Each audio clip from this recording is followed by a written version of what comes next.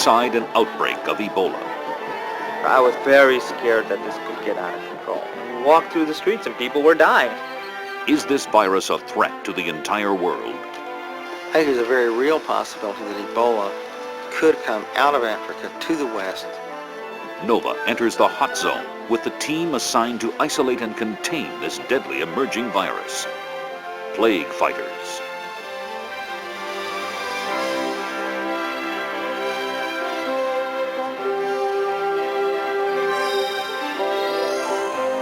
Funding for NOVA is provided by Raytheon.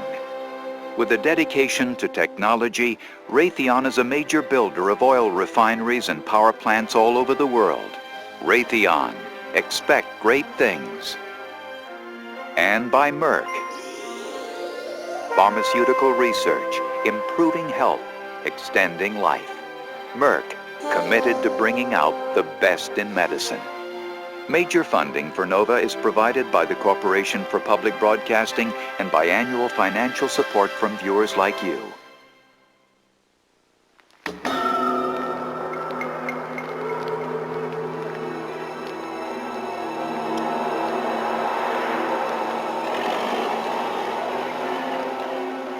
These bodies are too hot to touch.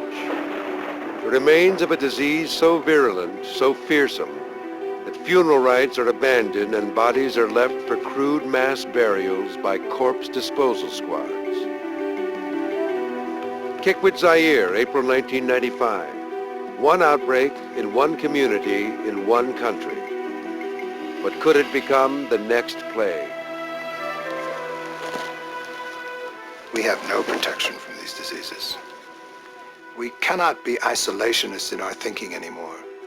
The world is a small community of nations, and when one coughs, nobody sleeps. In Zaire, they're using quarantines and a public health campaign. The government of Zaire took fresh steps today to stop the spread of a lethal virus. It is a terrifying killer. There is no vaccine and no cure. The survival rate here is 0. Blood and tissue samples taken from the victims are rushed to scientists at the Centers for Disease Control in Atlanta, Georgia.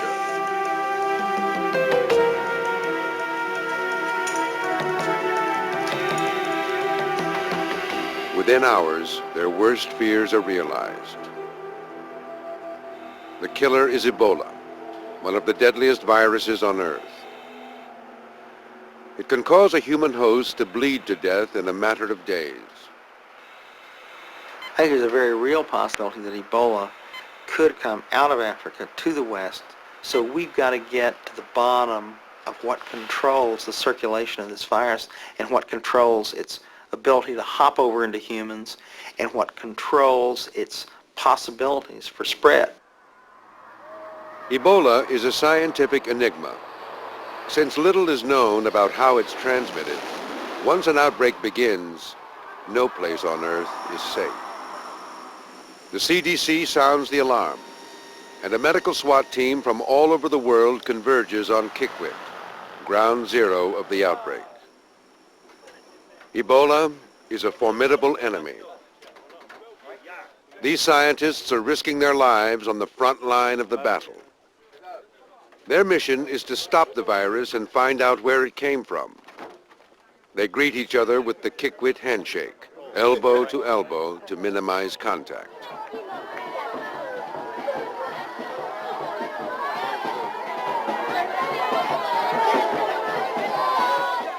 As the scientists make their way from the airport, they find themselves in a city gripped by terror.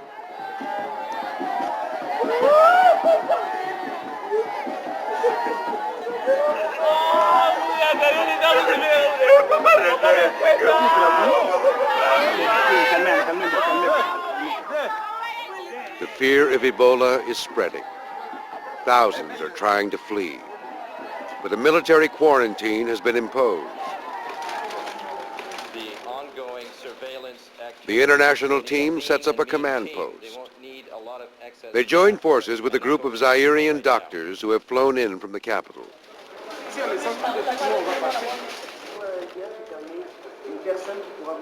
Nous étions très contents de trouver des gens très courageux We're very glad to meet so many courageous people from abroad. It's what inspires us and encourages us to fight this to the end. Our families were in tears when we left the capital, Kinshasa, to come here because they knew we were traveling towards death. My wife believes in reincarnation, so the first thing she said was, if you die over there, I'll kill you, which wasn't very, didn't carry a lot of weight. And then she says, if you die over there, I will hunt you down through the ages in your future lives and will kill you. So I'm being very careful. Good morning, how are you? The first priority is clear. Find every case and isolate it.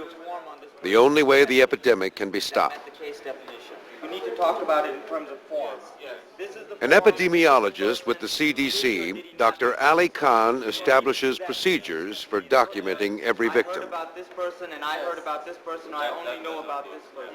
One person Missing even a single one could spell disaster. from here because I don't have any forms, but you say you know about them. Yes. Well, but they're missing from here because there's no form on that person. Yes.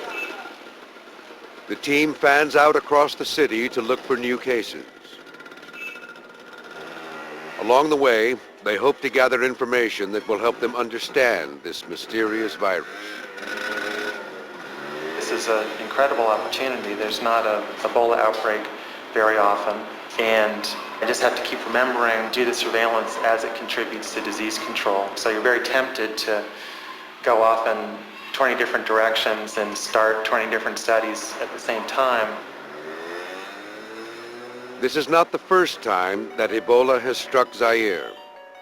Almost 20 years before, in 1976, an outbreak erupted in a hospital in the town of Yambuku, 1,000 kilometers to the north. The disease spread rapidly, killing 9 out of 10 of its victims, leaving nearly 400 dead. An international team arrived late and had little opportunity to investigate the outbreak.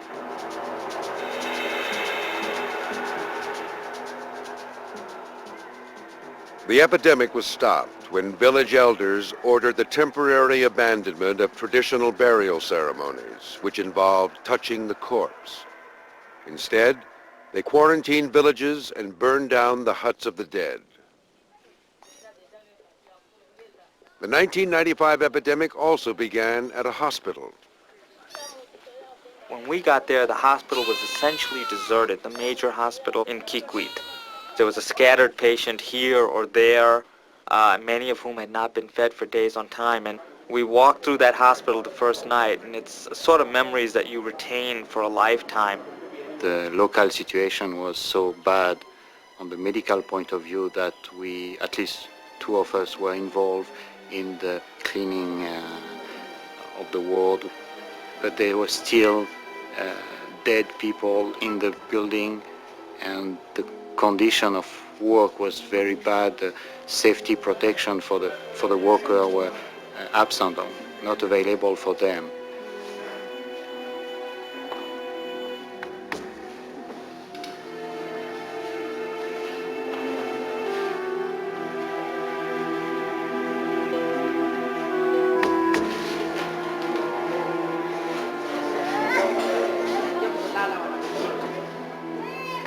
The outbreak was traced back to a surgical procedure performed on a young lab worker named Kimfumu. 3 nurses who had assisted at the operation soon fell ill. Taking no special precautions, fellow hospital workers attended to their needs, washing them and coming into contact with their bodily fluids. Within weeks, 36 hospital workers, doctors, nurses, and attendants had died, and most of the survivors had fled. The government asked Zairian doctors for volunteers to come here. For at least 2 weeks, they didn't find any.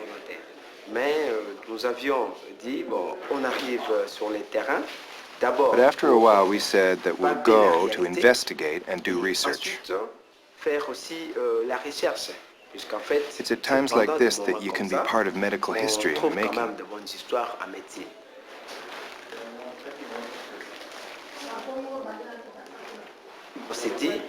We said to ourselves, we're doctors.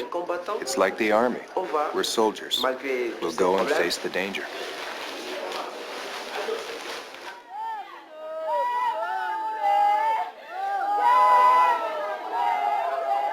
Outside the hospital, the grieving families of the sick and dying pray for their recovery, while the medical staff takes elaborate precautions to avoid infection. Despite the sweltering heat, the safety procedures established by the international team require 4 layers of protective gear. A moat filled with bleach is the only barrier between the Ebola ward and the outside world.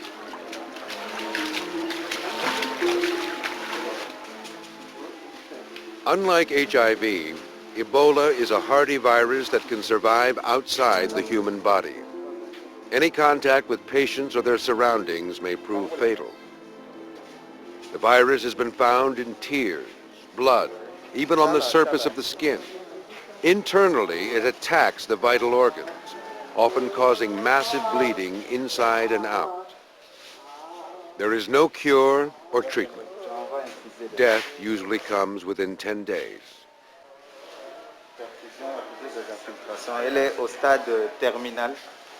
She's in the terminal stages. There's nothing to be done. There's her husband.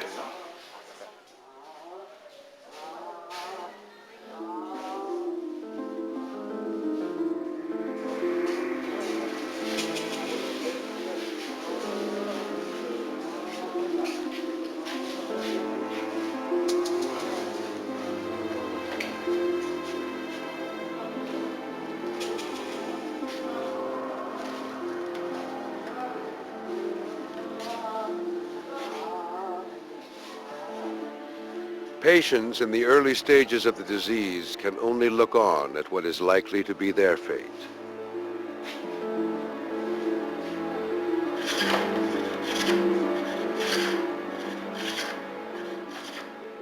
This week alone, there have been 52 new deaths in Kikwit.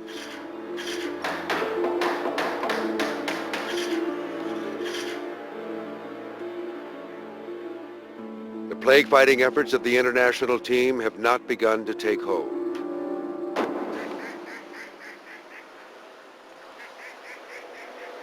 The terrifying effects of this disease were seen for the first time in Europe. During the summer of 1967, in the quiet German town of Marburg, workers at a pharmaceutical plant began dying of a mysterious ailment. The victims developed a strange rash. Their skin tore easily. The eyeballs filled up with blood. Their faces became fixed, zombie-like. They vomited black fluid and discharged blood from every orifice. From the initial headache to death, 1 week. The cause was a virus, a close relative of Ebola. Lab workers became infected as a result of handling the blood and tissue of African monkeys. No one had seen anything like it. It is a terrible kind of disease because all organs are involved. The liver, the brain, kidneys, all, and it's a failure of every organ taken together, so they suffer extremely. It must have been the same in the Middle Ages, where you don't know what happens and people die and know that they can get the disease from touching.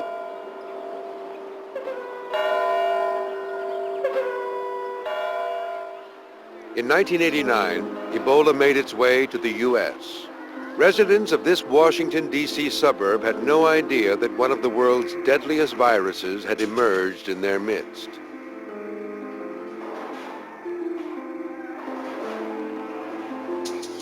In a primate quarantine unit in Reston, Virginia, monkeys in one of the holding rooms suddenly began to die. Secretly, a military team entered the quarantine unit and killed all 60 monkeys in the infected room.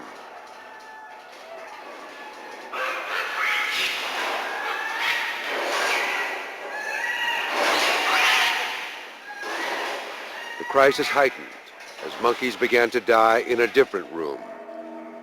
It appeared that the virus was moving through the ventilating system. In response, the military killed all 400 monkeys, ending the outbreak. This new strain of Ebola had shown the potential to spread through the air. Had it been lethal in humans, it could have been catastrophic. Soon after the international team arrived, the epidemic in Kikwit exploded. The plague fighters worried they would not be able to stop it.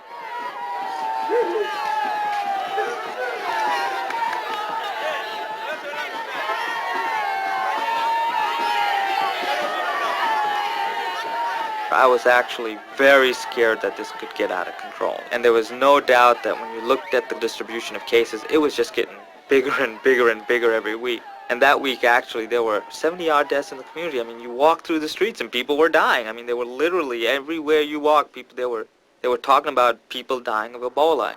We were working as hard as we could. So that week, I was extremely scared that this thing may be getting out of control. I coined the term chain of death, and it was very characteristic what you would see happening in a family. And there were a number of such chains in the community where you would see one person become sick, and then you would see their spouse or primary caregiver become sick, and then 4 to 5 days later, their primary caregiver would become sick, and then you would just see this chain of death, and you could just track it through the family until it eventually terminated.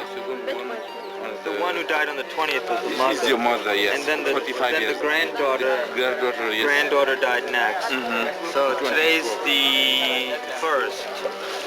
So she's... To break the chain of death, Ali Khan must track down all the cases and separate them from their families. This often meant interfering with the way people care for the sick and honor their dead. So how would she hear about these people being sick? Just somebody would come in from the village? Yes, another thing that was a factor in the outbreak is attending funerals. And we do know that during the preparation of a body, there's a lot of physical handling of the corpse. And then during the funeral itself, a large number of people may touch that body. And cultural things are difficult to change, obviously, because they're ingrained in the way people act. But what we had to do was simply say that if somebody dies of this disease, they immediately get put into a body bag, sprayed down with Lysol, popped in a coffin, and buried deep.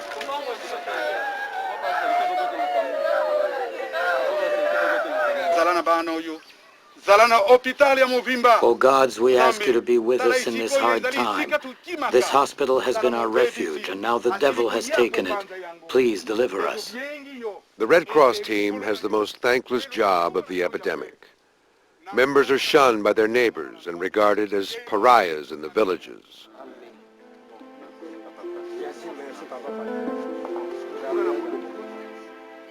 Their visit signals only tragedy.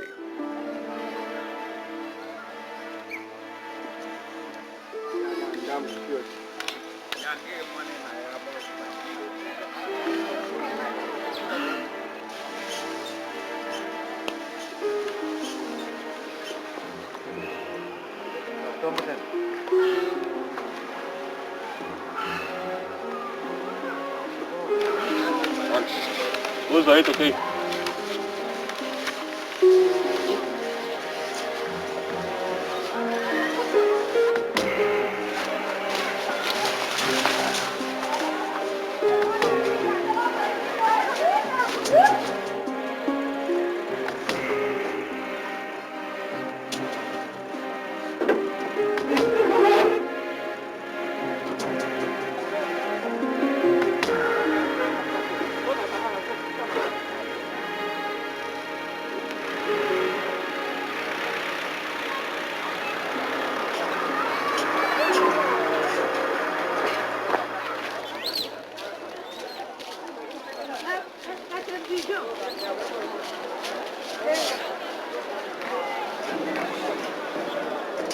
If the Ebola virus were looking for somewhere to spread, it could find no better place than Kikwit.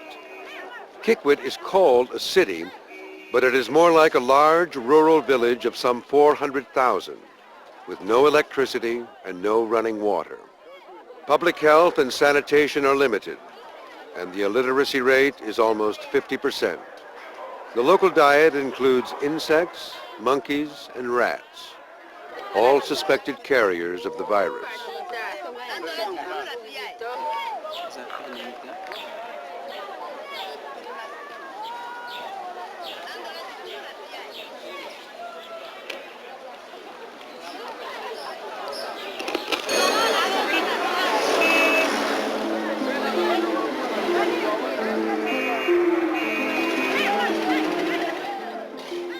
Under these conditions, the international team must somehow get the word out, avoid contact with the sick, or risk death. They organize a street-level education campaign. Banners are put up. The disease that makes your blood flow. This disease has no vaccine and no cure. You must protect yourself. It was very difficult to educate the public because there was no mass media. There's no TV, there was no radio, there was no newspapers. So everything had to depend on using alternative means to educate the community.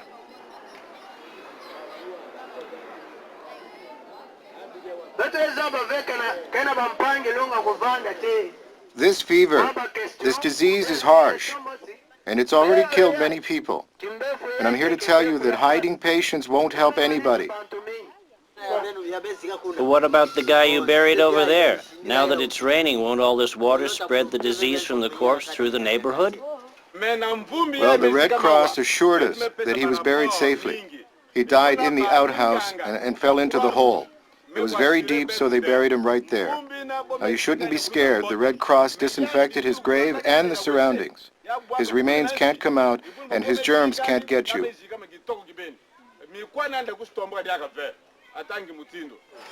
Medical students are sent out into the community to identify new cases before entire neighborhoods become infected.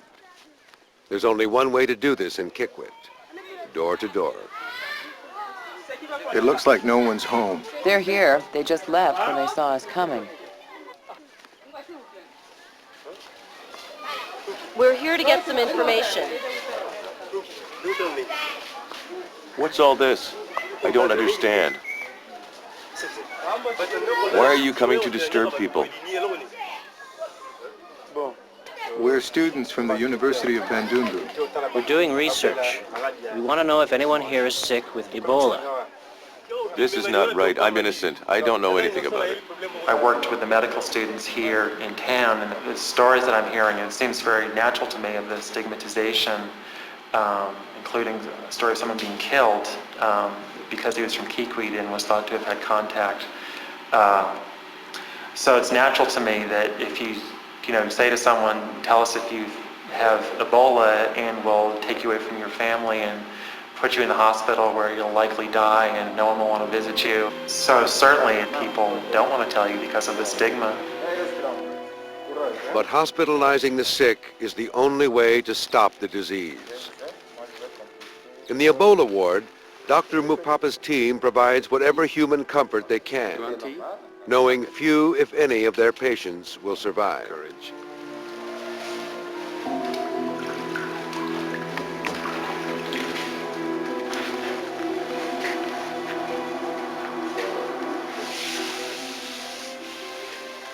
Each day as they leave, the medical staff is sprayed with stinging bleach, which kills the virus. Their protective clothing is burned to ensure that it won't be reused. But they can't so easily rid themselves of the images of the ward. I'm a newlywed. We have a child. My wife was really worried about me coming here, and she was pretty scared. Especially when we found out that the disease can be transmitted from a man to a woman through sperm. I write her as often as I can to tell her that everything's okay so far, and that we are taking safety measures, and that there's nothing to worry about.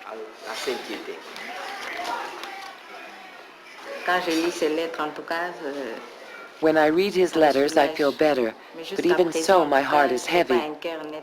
I will only be happy the moment he returns home. I pray every morning and every night.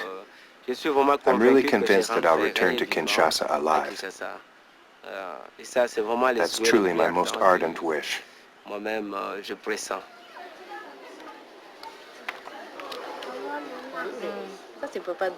Look here.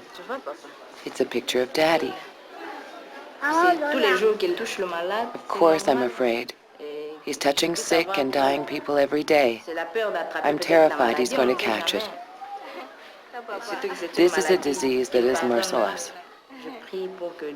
I pray to God that he doesn't get sick. I'm convinced that he won't get sick. I'm sure of that now.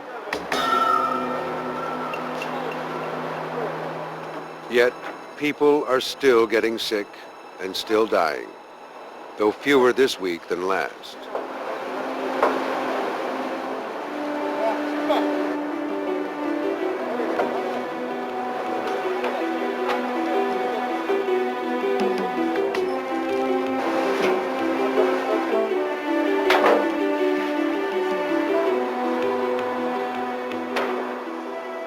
The epidemic rages, but a corner has been turned.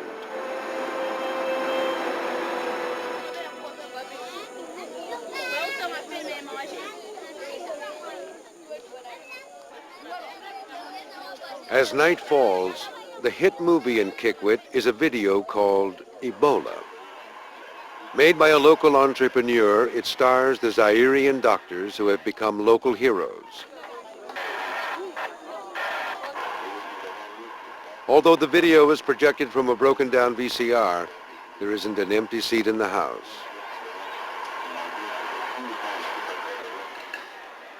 Equally unable to escape the epidemic even for a few hours, the medical team spends the evening swapping the latest stories. But 4 days before he got sick, there was a young woman admitted for surgery who was pregnant, and when they opened her up, she had a hemorrhagic uterus. Not only was he there, but she died in the OR. He was busy trying to... As the scientists gain confidence in their management of the crisis, their research mission takes on a higher priority. One of the researchers is Dr. Robert Swanepoel, a South African virologist. He is driven by the idea of finding the source of the virus. When something like this happens, you're just drawn to it as to a magnet or a moth to a candle. You must go and find out where the devil this thing came from, and we really don't know. But most scientists believe that Ebola's natural home is the rainforest. So this outbreak provides a critical opportunity to search for it in its natural setting. With rare diseases like Ebola, diseases that have not been properly studied, every epidemic has to be seen in two ways. It's an emergency to control the epidemic and save human lives, but at the same time, it's a responsibility to collect research data that will inform you about future epidemics. Between outbreaks, Ebola lives within one of the many thousands of insect or animal species that inhabit the rainforest. But scientists have never succeeded in identifying which one. It's really a medical curiosity in these places. I mean, where does it hold up and how does it pop up here again in Zaire after 20 years? And I think that's what keeps a lot of us motivated and interested in this virus. I'm not sure what makes a good virologist. Certain Americans have sort of described the type of person I am as an old-fashioned swamp-stomping epidemiologist, if you like. Bats have been found in the vicinity of previous outbreaks, but no one has ever found a bat with a trace of Ebola virus in its blood. This time, Robert Swanepoel hopes to make a breakthrough.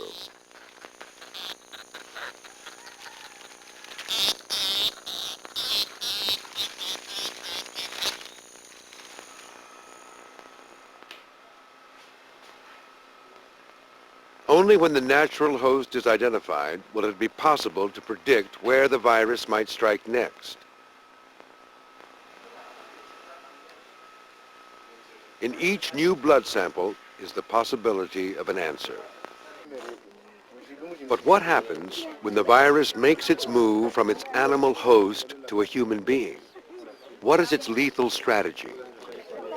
Blood samples at different stages of the disease are collected by Dr. Pierre Rollin.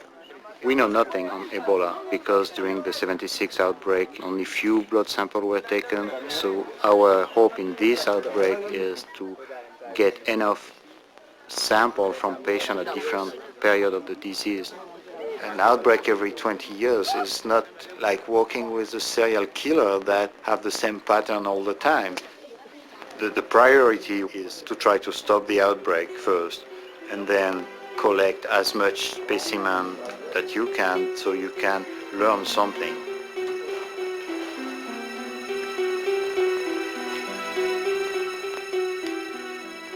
Working in conditions far below standard laboratory safety levels, Rollin risks his life handling samples which contain enough Ebola to kill thousands.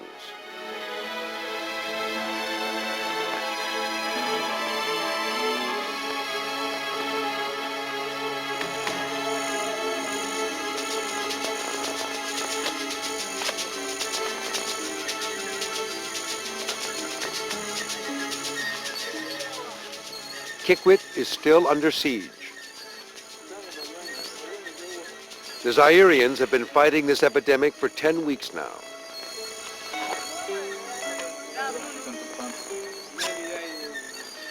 More than 200 people have died. The burials go on, but fewer than before.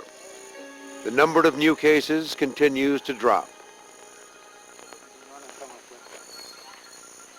Every victim has been traced. The chain of transmission well documented. The end is in sight.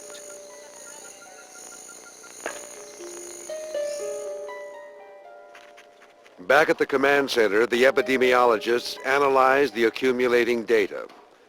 Their efforts pay off with a dramatic breakthrough. They identify patient zero, the individual they believe contracted the disease, not from another human being, but from a creature in the rainforest.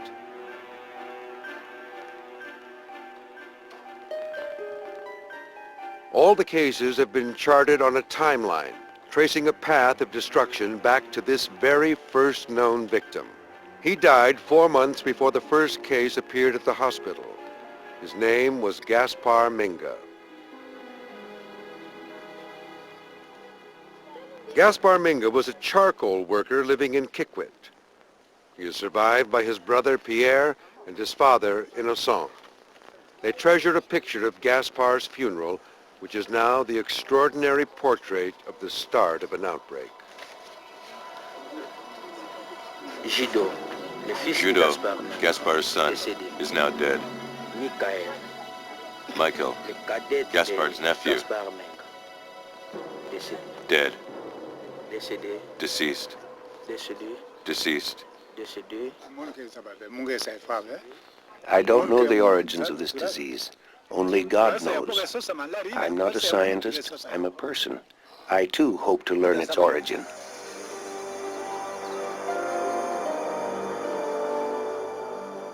Somewhere in this vast forest lives an organism which harbors the Ebola virus.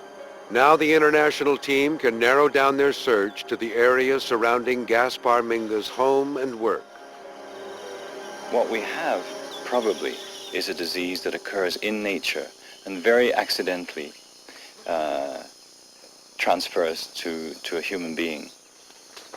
Now, what we've done is to try and follow the so-called index case, the first person who was infected, and who essentially was the beginning of this terrible epidemic.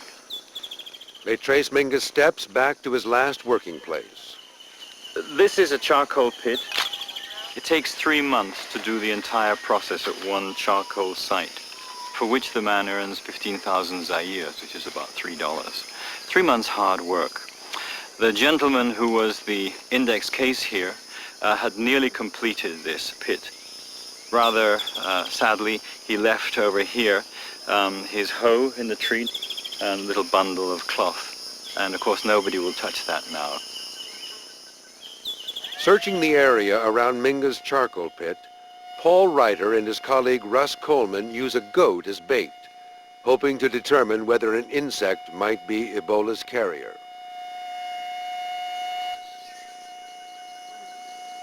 This disease is a great enigma. It has appeared only a few times in history. In every case, the tremendous contagious nature of the disease has captured people's imagination.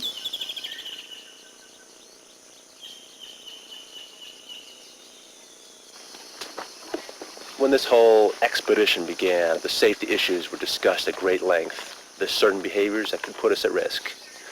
We're out here now, and we're collecting insects, and it's a remote possibility. We're trying to avoid any bites or anything. We wear insect repellent. We've got our clothes treated with permethrin to keep them off.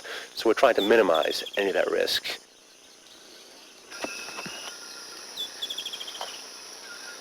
This is a challenge of a kind that is very hard to describe.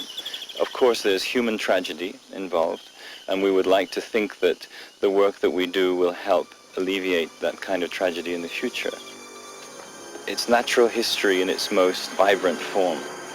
We're looking at all the creatures of the forest and trying to understand how they interact in this one particular way.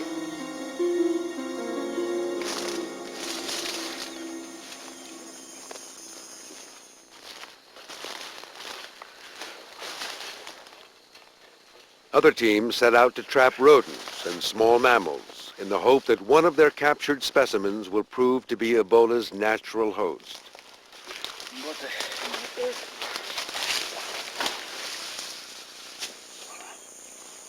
Breakfast is served.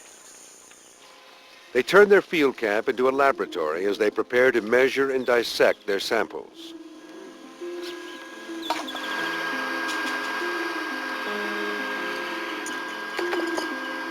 Males, roto.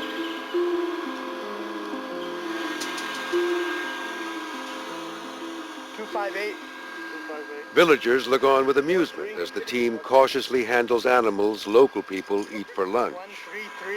Many people have looked at specimens in prior outbreaks, and no one has found anything yet. So I suppose from that point of view, it means that our chances of success are slim. But on the other hand, if no one ever looks, no one's ever going to find. So we keep our fingers crossed, and we think that we're the ones that are going to find it.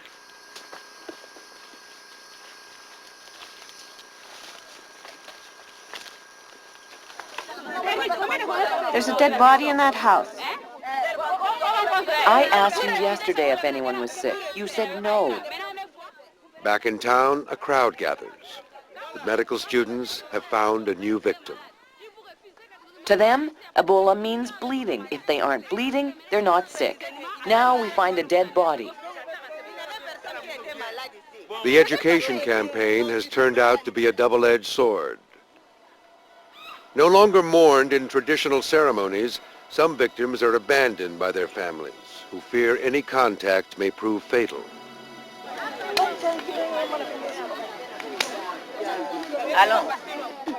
The medical students must make sure that no one touches the body, which is teeming with Ebola. Close the door. Tie it shut.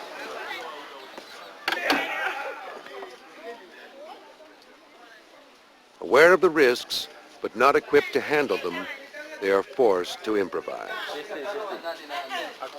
Wait, wait.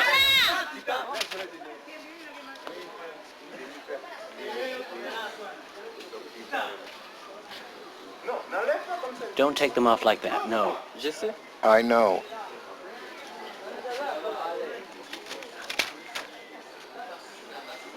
Put them over there in the hole. No, we should burn them.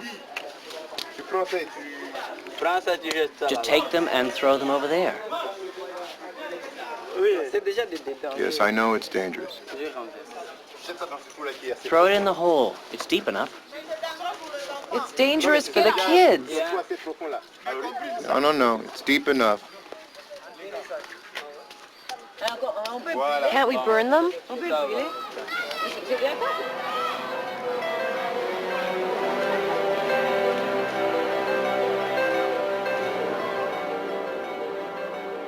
Their function now understood, the Red Cross teams are greeted with relief.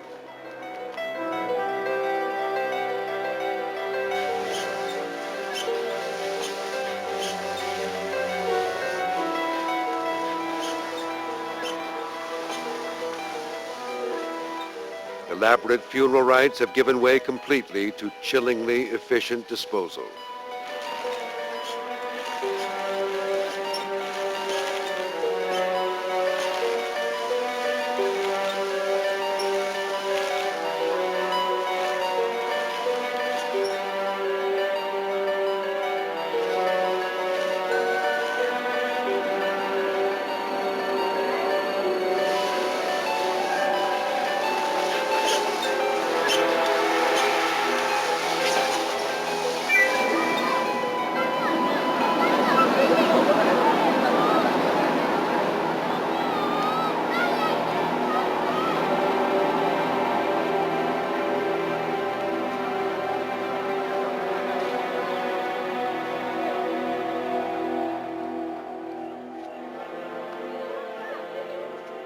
Although Ebola is a ruthless killer, it is not totally without mercy.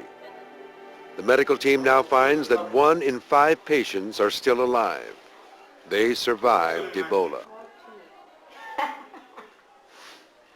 These convalescents no longer show symptoms of the illness, but they are still confined to the hospital because the virus remains in their blood and can be transmitted through bodily fluids.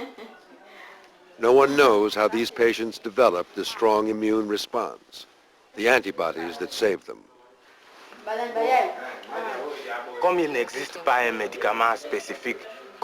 Since there is no cure for the virus, I know that God must have cured me. God cured me. Suddenly, a frightening new case arises. Yesterday we admitted a new case, one of our nurses. She's here in the emergency ward now, and the clinical diagnosis is Ebola.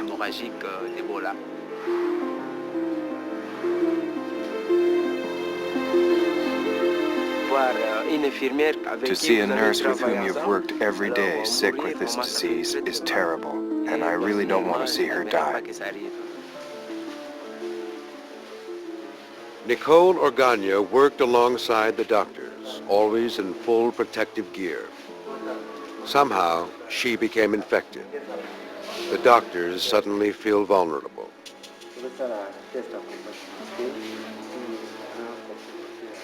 The Zairian physicians devise a plan, one that is experimental.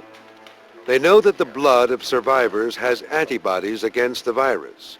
They reason that if they transfuse Nicole with that blood, perhaps those antibodies will save her. They take Nicole's blood to type it. Before deciding whether to proceed with their plan, they must find a convalescent with the same blood type.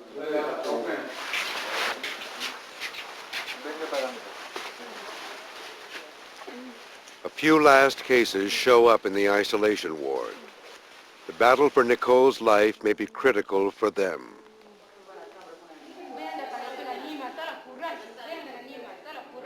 As they go about their rounds, the Zairian doctors know that with each passing hour, Nicole's chances for survival decline.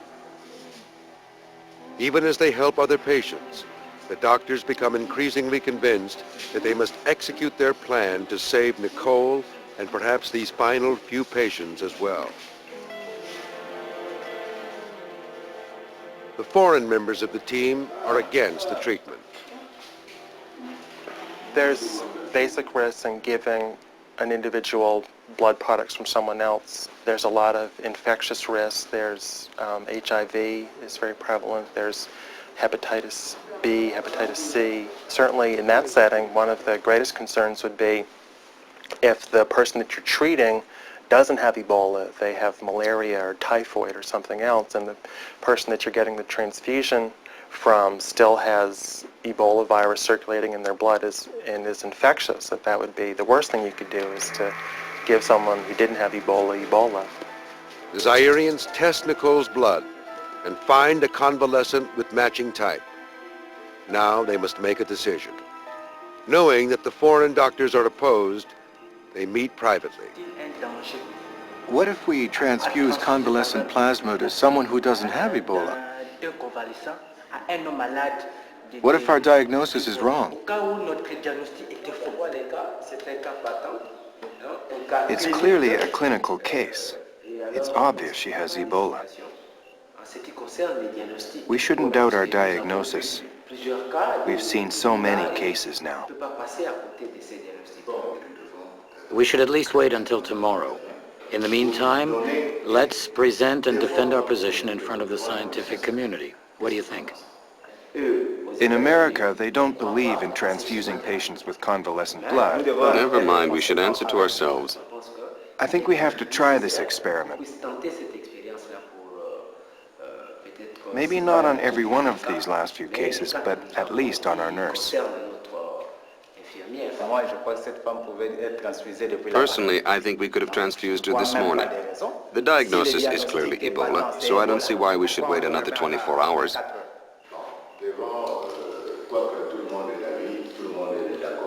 Okay, I think we all agree that we do the transfusion.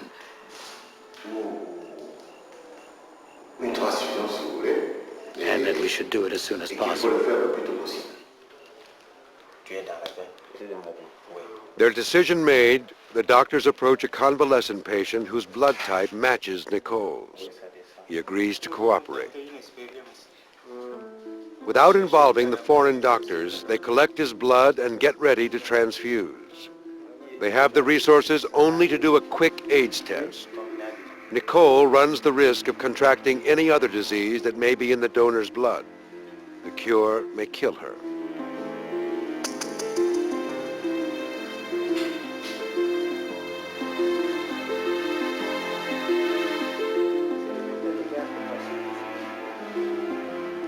Nicole is a subject in a life or death experiment. Similar procedures with animals have failed in the past. The doctors ask her to sign her consent before they proceed.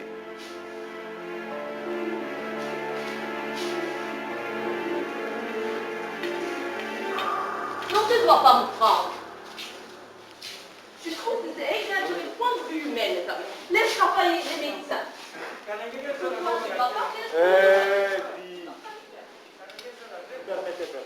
The transfusion is interrupted by a doctor from the Belgian Institute of Tropical Medicine.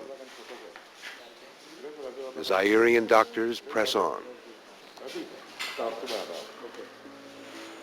That night, Dr. Masamba, head of the Zairian team, defends the transfusion at a hastily convened international meeting. We felt compelled to try something new. There is no treatment. Tell us if there's something else we can do and we'll do it. But we all know there's nothing. That's why we did the transfusion. We asked our nurse if she wanted us to do the procedure, and she consented in writing. As for transfusing whole blood, we simply don't have the means here to sterilize human plasma. We felt compelled to try something.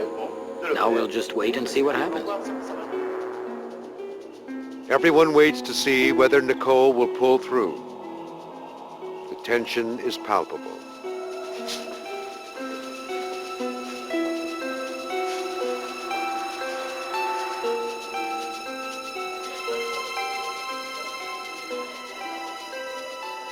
Four days after the transfusion, there seems to be improvement. I'm eating now. I go out, I wash myself, and I can get up without any help. Our nurse is doing better. I'm really relieved. I think that after Nicole, other people who get sick may want us to try this same treatment. And personally, I think it will work. A week later, Nicole is weak, but almost fully recovered. Encouraged by their success, the Zairian doctors transfuse 8 more patients. 7 survive. The Western doctors remain unconvinced. It would not be my choice to have given these blood transfusions. On the other hand, with the pressure to do something, I can absolutely understand why these experiments were done. I think what's unfortunate from my point of view is that we'll never know whether this worked or not. There's other possible explanations that late in the epidemic, the virus may be less virulent after several passages through human hosts. There's a possibility that late in the epidemic people were having less exposure, that there was some awareness, so people were being more careful, so they were getting smaller viral loads when they were getting infected. So the ideal thing would have been to have one group get the transfusions and have one group not get them or get a placebo transfusion. Unfortunately, it's not something we can study in humans. You certainly aren't going to give someone Ebola to do a trial like that. We have to wait for an epidemic situation to do that. The transfused patients are the last in the ward. No more cases appear. The epidemic is over. 316 people had become infected with Ebola and 244 of them had died.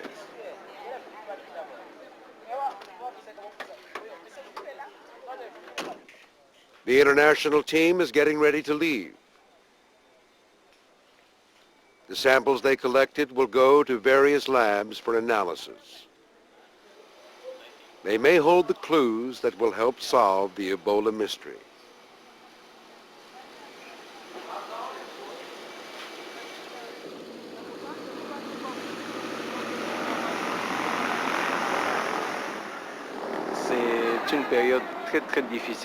It's a very, very difficult and critical period. We're in a transition.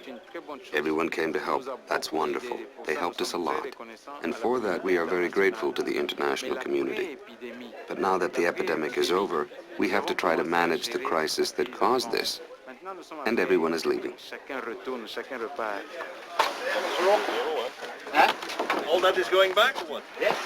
That too? Yes, that too, yeah. Not mixed up with what is arriving. Never mind. It's too bad you're leaving so soon. It's been 18 days. I've stayed longer than anyone else. Here in Kikwit, a hastily assembled team of Zairian and foreign scientists made medical history.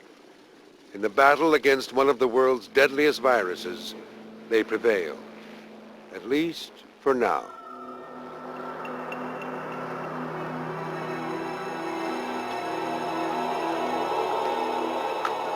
After the scientists have come and gone, after the media has come and gone, Kikwit is back to what it was before.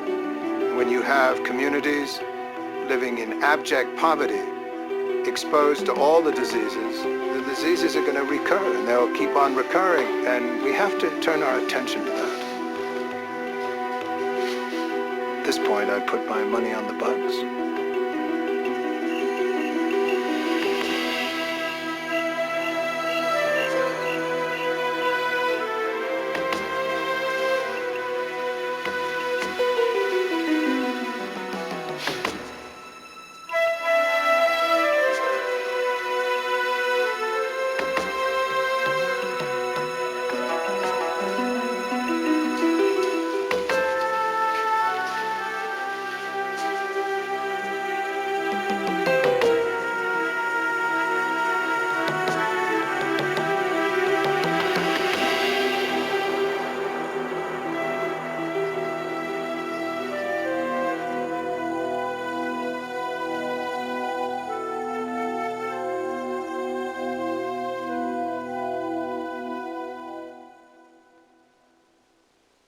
Educators and home viewers can purchase this and many other NOVA programs for $19.95 plus shipping and handling.